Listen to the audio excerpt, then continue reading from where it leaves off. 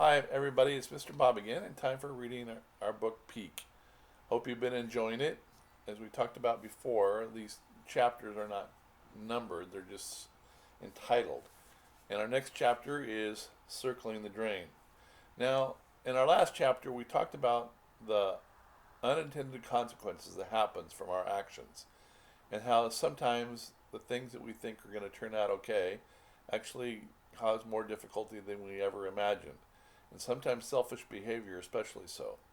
In this particular chapter, um, our character Peak is going to face the consequences of his actions. But even in those consequences, those actions produce something that even Peak couldn't have anticipated. And I think it's important to understand that. If you could have thought about 2 or 3 months ago, would you have ever imagined that we'd be here trying to do online learning in a way that American public schools had never really done before in the history of our nation? It's an interesting time. It's a difficult time. And yet that's the way life often is that sometimes we never know what's going to lurk around the corner. And that we have to do our best to be prepared, but also to just deal with whatever comes our way. In this particular case, Peak is going to find out that his actions caused more than he bargained for. But it may turn out in the end. We'll see. Okay, we'll see how it goes. I can tie a Bachman, bowline, butterfly, figure eight, double fisherman, and a half dozen other knots with one hand in the dark. But I couldn't get the tie knotted properly around my neck. The few times I'd worn one, Rolf had done the honors. The guard assigned to escort me to the courtroom finally came to my rescue. Between us, we figured it out, then he led me into the courtroom.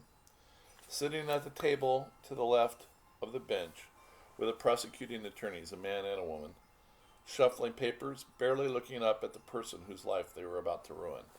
Now, I want to stop there and make a quick comment.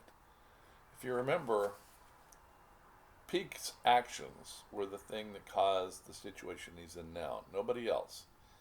And I think it's one of those things within our culture, it's important that we start taking ownership for our actions. And that when other things come our way, when consequences come, the people that bring the consequences aren't the ones that's ruined our life. It's the person who has done that. The person that started the chain of events in the first place. And in this case, it was Peak. Peak was about to has ruined his own life. And I think it's important to recognize that. At the table to the right were my attorneys, another man and a woman. They too were shuffling papers, but they stopped when the guard passed me off to them, smiling, shaking my hand, introducing themselves. I didn't quite catch their names. I was too busy staring at the 5 people sitting behind them. Rolf, looking dapper and professional with a perfectly knotted tie. Next to him were Patrice and Paula. They were a little teary-eyed, but excited to see me, wearing their favorite dresses. Matching, of course. They waved and tried to stifle giggles when I mouthed pee-pee at them. Don't get me wrong, I wasn't in a joking mood at the moment, but I felt the twins could use a boost. They had been through enough the past few days. Next to the twins was my mom, looking worried, but distinctly more relaxed than she had at the JDC the day before. Maybe this was because of the guy sitting next to her, although I doubted it. His name was Joshua Wood, arguably the greatest mountaineer in the world. He was also my father. I hadn't seen him in 7 years, and he looked about as comfortable in his suit as I felt in mine. He had shaved his trademark beard, recently by the looks of it. The skin beneath was pale compared to the upper part of his handsome face, which was windburned and sunburned. His lips were chapped and his nose was peeling, giving him the overall look of someone who had been just dug out from under an avalanche. His eyes were the same pale blue as my mother's. He gave me a nod and a smile, which I was too stunned to return. All rise, the bailiff said, startling me out of my stupor. One of the attorneys turned me around and gave me a dazzling smile. I expected her to say, "Love the tie," but what she said instead was, "Don't say one word unless I tell you to. Act remorseful." She was obviously my lead attorney. I thought her name was Tracy. The judge, a tough-looking guy with a white crew cut, took his seat behind the bench, and made a stand for a few seconds more before nodding at the bailiff. "Be seated," the bailiff said with a slight quiver in his voice. My mom was right. This judge was going to eat me up and spit me out. He put on a pair of glasses and went over some notes, then started reading the charges aloud. Criminal trespass, vandalism, reckless endangerment. It went on and on. Finally, reaching the end of the list, he pushed his glasses to the end of his nose and looked over the top of them directly at me. "How do you plead?" Tracy pulled me to my feet and whispered the answer in my ear. I wasn't sure I had her right. She whispered it again with the same smile plastered on her face from before. I took a deep breath. "Not guilty." "To all charges?" the judge asked incredulously. "That's right, Your Honor," Tracy answered, her smile unwavering. "You gotta be kidding me. The state has videotape of him climbing the Woolworth building. There were 23 cops on the roof that saw him being pulled over the railing. He signed a statement attesting to the facts." "Duress," Tracy said. "He was exhausted, injured, and half frozen at the time." "Oh, please. This kid has received absolutely every consideration the system can offer, including delaying this arraignment. Now, what's this all about?" "We want to go to trial," Tracy answered. The arteries in the judge's neck looked like they were about to burst. He glared over at the prosecutor's table. "Do you know anything about this?" The prosecutors shook their heads vigorously. "Perhaps we should retire to your chambers," one of them suggested. "Yes," Tracy agreed cheerfully. "The four of you crammed to my office?" the judge said. "Forget it. There's no one here but—" He noticed Patrice and Paula sitting between my mom and Rolf. "Oh," he said, then looked down over at the guard who had brought me down from the elevator. "Do you think you can take these young ladies out and find them some ice cream?" "What about the prisoner?" the guard said. "I think he'll hang around for this." He looked at the twins. "Do you like ice cream?" "Chocolate," Paula said. "Vanilla," Patrice said. "I think that can be arranged." "Do you want us to bring you back some, Peak?" Paula asked. "I bet they have strawberry," Patrice said, my favorite. But it sounded like awberry because she recently had lost her front teeth. "Nah," I said. "I had a big bowl for breakfast." "You did not," they said in unison, giggling as the guard took him out. The judge waited for the door to swing completely closed before continuing the proceedings. He nodded at the court reporter. "We're off the record." She turned off her recorder and stopped typing. "It's just us now," the judge continued, looking at Tracy. "You know as well as I do that we don't want to go to trial with this. It's turned into a media circus. A boy was killed 2 days ago. I'm sure you and Peake and his parents don't want that to happen again." "Of course not," Tracy said. "But, by the same token, I can't let my client be unfairly incarcerated because the media is out of control. This whole thing has not been handled well by the police department or the mayor's office." The judge looked at her for a moment, then looked over at the prosecutors. "She makes a good point. What do you think?" The older of the two prosecutors, the woman, stood.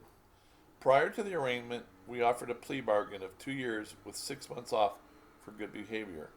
18 months is a pretty good deal considering the charges." "Not if you're serving it," I thought.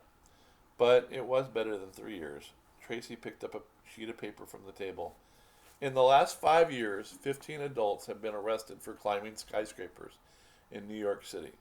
The longest sentence has been 6 months, and several of those climbers served no time at all." She looked at the prosecutor. "We can beat this in court. We're going to trial." The prosecutor gave her a sour look.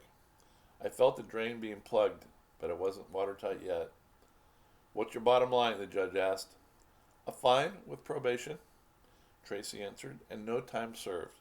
"Forget it," the judge said gruffly. "What if we could arrange for Peake to leave New York today?" Tracy asked. "Out of sight, out of mind, out of the newspaper. No interviews. The story dies because the story is gone. Poof." The judge almost smiled. A disappearing act, huh? Explain." "Peake's biological father has offered to take custody of him. I whipped around so fast I hurt my neck. My father had gotten to his feet. I take it you're the father? The judge said. Yes, sir, Joshua Wood. The climber? Yes, sir. The judge glanced at Rolf and Mom and then looked back at Joshua. Mr. Wood, how much time have you spent with your son lately? Not much the past few years, he admitted. Not any for the last 7 years, to be exact, I thought.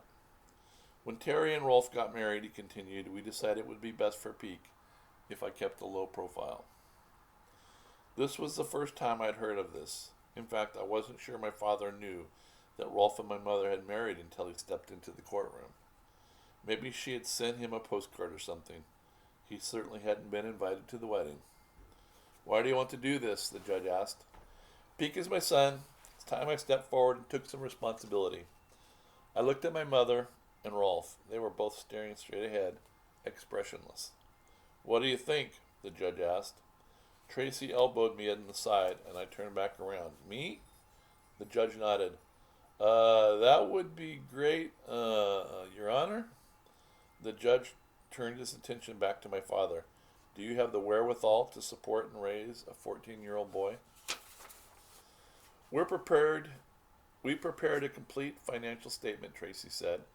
She grabbed a sheaf of papers from the desk and took it to the bench. The judge flipped through the pages. As you can see, Mr. Wood is a very successful businessman. On paper, the judge said begrudgingly. He looked at my father again. Where do you live, Mr. Wood? Chiang Mai, my father answered. What state's that in? It's in Thailand. This was followed by a very long silence, and I felt the drain plug loosen. What about Peak schooling? The judge finally asked. There's an international school less than 5 miles from my house, my father answered. I've already enrolled him. He'll begin in August. Peak is currently attending the Green Street School, Tracy said. He has only one requirement left to complete this year. It should be easily accomplished in Thailand. The Green Street School, the judge smiled for the first time. It just so happens that I went to GSS when I was a kid. I didn't know they had legal prodigies. The judge waved the prosecutor up to the bench where they had a long whispered conversation. When it was over, he looked at all of us one by one. All right, this is what we're going to do. Peak, you're on probation until you reach the age of 18.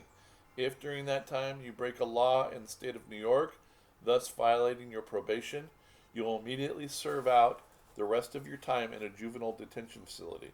Do you understand? Furthermore, the court fines you $150,000. My shock must have shown because the judge put up his hand for me to calm down. The money will be held in escrow by the state and returned to you if you fulfill the terms of your probation. He looked over at my 3 parents. I assume you can scrape the money together? No problem, Your Honor, my father said. Mom and Rolf concurred. If I'm going to cut Peak loose, we have to make this look good, the judge continued. I'm putting a gag order on all of you. You are not to discuss any aspect of this case with the media or anyone else, especially the refundable fine. We want to discourage people from copying Peak's idiotic stunt. In other words, we want this to go away. He looked at Tracy and me. Poof, he said. And that's the end of that particular section of the book called Circling the Drain. Next time, our next part is called The Twins. As I said, I don't think Peak could have ever anticipated when this all started that he would be going to Thailand to live with his father. We'll see what's going to happen next in this particular thing, if this actually happens, or if he gets even more detoured along the way. But it's something I think it's important to keep in mind. We never know the true consequences of our actions, especially when they're very significant like this was. This is Mr. Bob. I hope you enjoyed the story. We'll talk next time. Bye-bye.